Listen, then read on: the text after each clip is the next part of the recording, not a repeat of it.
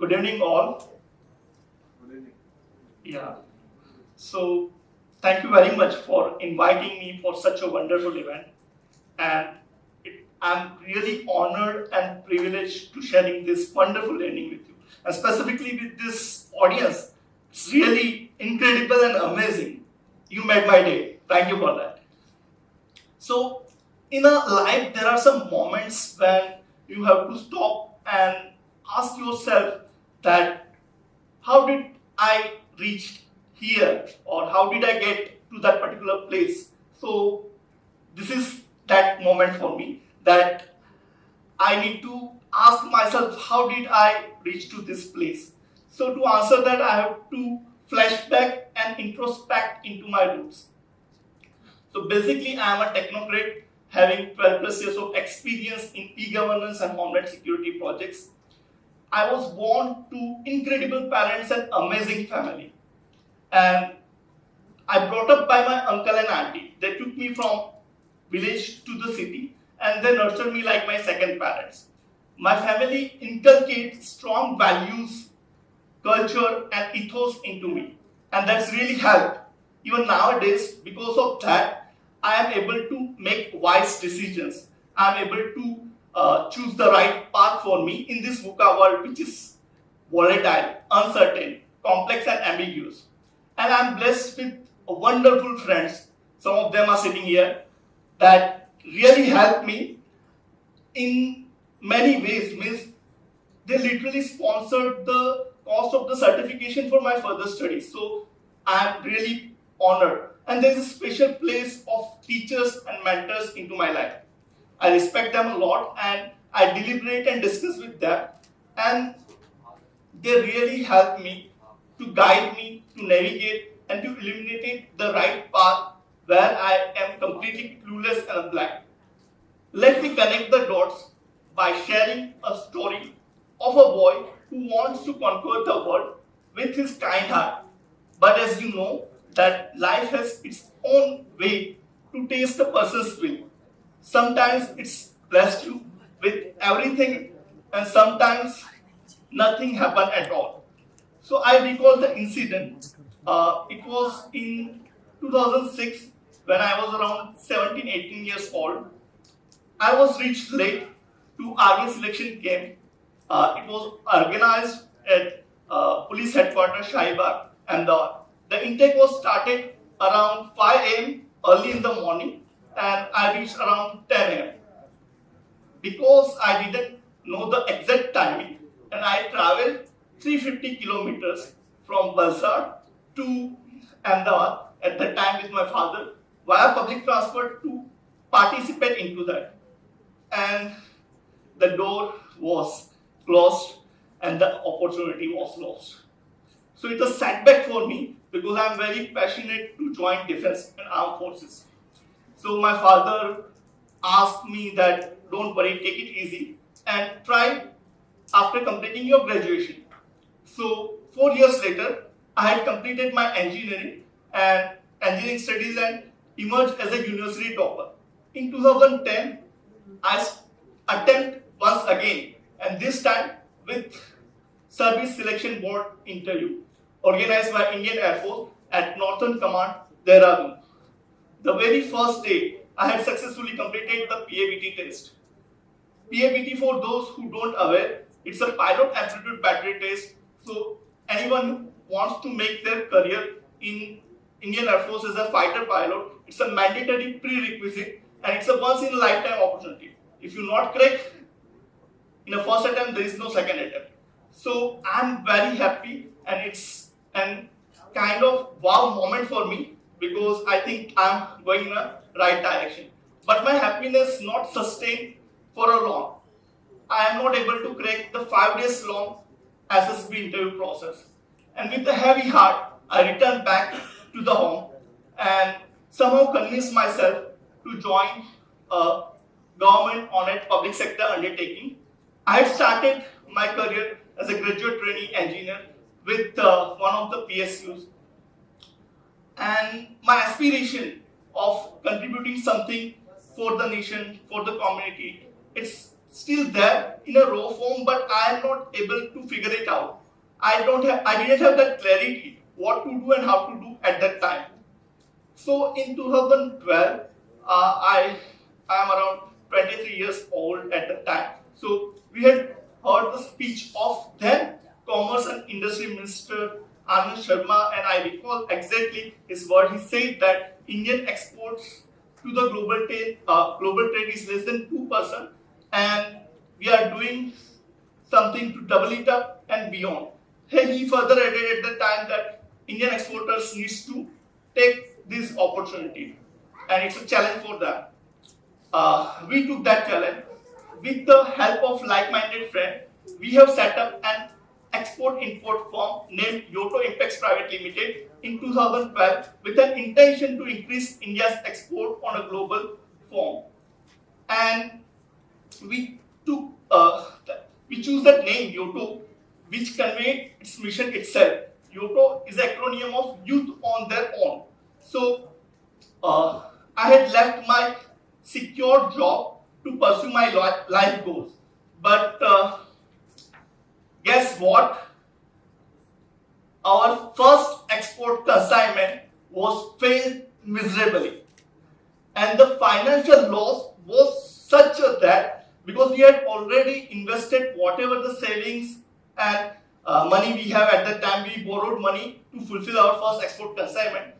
And it's like a disaster for all of us. Though slowly and gradually we're trying to overcome from that, but I think destiny had some other plan for me. The same year, my father had an heart attack. Don't worry, he's absolutely normal after the bypass surgery, but at the time it was a shock for me, and it's compelled me to rejoin or a new job to fulfill my financial obligation and to sustain the family responsibility. What I had learned from that event, we'll discuss the journey of Yoto some other day, but let me focus back to my journey. So, as said that life takes most unexpected turns, and all you need to do is simply enjoy the ride. I had learned from my failure. I restarted my journey, but this time with the profile what I choose is a business development with Homeland Security industry, and I had sharpened my business and the sales skill over there, and I had contributed significantly to the organization, almost 10 to 100x growth to the area what I am responsible for. After acquiring all this knowledge and the business acumen, what I figured it out that I'm trying to deep in dive to solve the bigger problem of the industry, and the bigger problem was and is still today, it's failures of the projects. Projects fail. Why they fail? What's the reason behind that? When I further research, I come to know that it's not a small problem what I'm trying to deal with. As per the Standish Group, what they conducted survey in 2014, they found that 98.8% projects are failed when they measure on the 6 criteria, that is your scope, time, cost, value, customer satisfaction, and strategic objective. And it's not the limited survey. They created and they done the survey of 50,000 plus projects. So it's not a small number. It's alarmingly high. To further understand the problem even better, what I did, I had learned few project management frameworks, and the learning is still going on.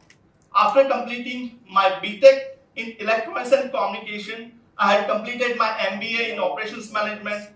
Last year only I completed my MPhil in the Project Management, and currently I am pursuing my PhD into the Project Program and the Portfolio Management. I had published several research papers and acquired some international recognized certification in the same domain, like PMP, that is Project Management Professional, awarded by PMI USA, then PRIS2, that is Project in Controlled Environment, and that is from OGC UK, and that has a very interesting journey. So what happened in 1989, most of the IT projects of government of UK failed because of the bureaucracy and some other reasons, and they come up with this framework and they get significant result. So after 1996, they make it mandatory to all IT projects executed by government of UK should be pleased to comply. So I had learned that. Then I learned MSP, that is the program, Management of Successful Program, that interlink projects when we group together, that is called program, how we successfully deliver that program. Then MOP, that is the management of the portfolio, the totality of the organization investment, the single penny invested in your organization should get value for the organization. So that's what I had learned. And P3O, that is portfolio program and project office, that how successfully we deliver the PMO. And the TOGAF, that is the open group architecture framework that map your current state to the future state. So what you are right now and what you wanted to achieve the 5 years down the line, the organization, it's very complicated task. You have to architect your enterprise for that. All that. So it's bit technical, right? Okay, let me simplify for you. So because of this knowledge and the certification, I'm able to leverage myself. I'm able to positioning myself as an international speaker, think tank and a management consultant who had delivered 100 plus workshops across the globe in a city like Dubai, Abu Dhabi, Singapore, Muscat and many more. I had also started my YouTube channel to spread the awareness about the program, portfolio and project management to those who wants to learn as per the flexible timing without any fees. And that's also come like that only. I'm not a professional YouTuber, but one of my friends wants me to explain all these frameworks they wanted to implement in their organization, but somehow our timing is not clashing. Whether we schedule a Zoom meeting or some face-to-face meeting, but somehow we are not able to give the time. So one of my friends suggested, okay, record a video and publish on a YouTube, so whenever they're on the flexible timing, they can access that. So how that YouTube was rolled out. I have been associated with many learning forums in my voluntary capacity, like Project Management Institute USA, British Starter Society UK, Institute of Advanced Research Gandhinagar, Ahmedabad Management Association, and many more. I had recently rewarded as a PMI South Asia champion for my voluntary contribution for the project management community recently. Currently, I am working with one of the big four consulting firm and providing risk advisory services to governments and the public sector undertaking and trying to solve bigger and the complex problems, and by that directly or indirectly trying to work for betterment of the society. Because of my NDA and other things, I have not revealed the projects, but that is something what I am working for.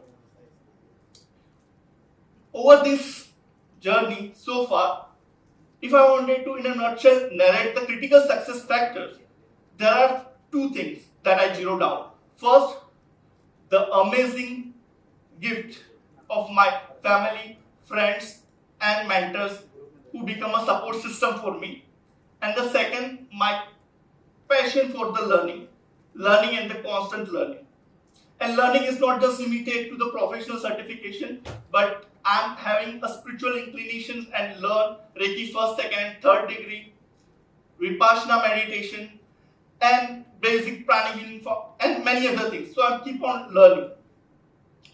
Over this year, my family, friends and my mentors helped me and supported me like anything. And they are the fuel into my fire.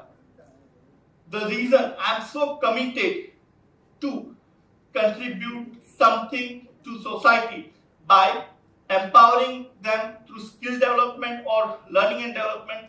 The reason behind that, because I know by that I'm not empowering the particular family but community and economies at large. Let me simplify for you.